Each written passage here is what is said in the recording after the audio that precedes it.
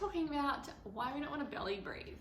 And belly breathing is something that I went through a huge phase of doing because I thought that I was helping release any ab gripping that I had going on. I felt like I was creating a really deep breathing pattern. But what I didn't realize was I was overstretching the area and not using my diaphragm really to its capacity. So I want to just explain a little bit about why why belly breathing isn't quite the same as deep breathing.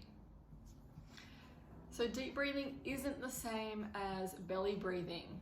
When we have a full deep breath, which is our umbrella 360 breath, we have expansion of the front, the sides, and the back. So if you think of the umbrella, it's opening in all ways.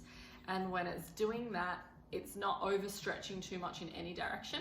Whereas belly breathing is only going forwards. So that is putting a lot more stress on the fascia and across the linea alba. So if you have, the linea alba is the connective tissue that runs between the two abdominal muscles. So if you think about if you have an abdominal separation and you're constantly belly breathing, then that's placing maybe more stress on the area.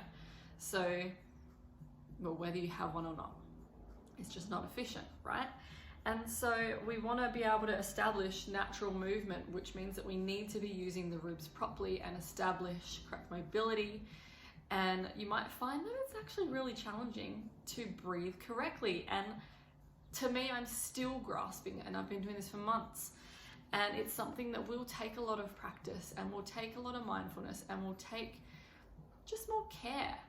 But it's really worth it. And you'll notice a big difference when you start changing things around and just noticing that belly breathing is not the same as deep breathing.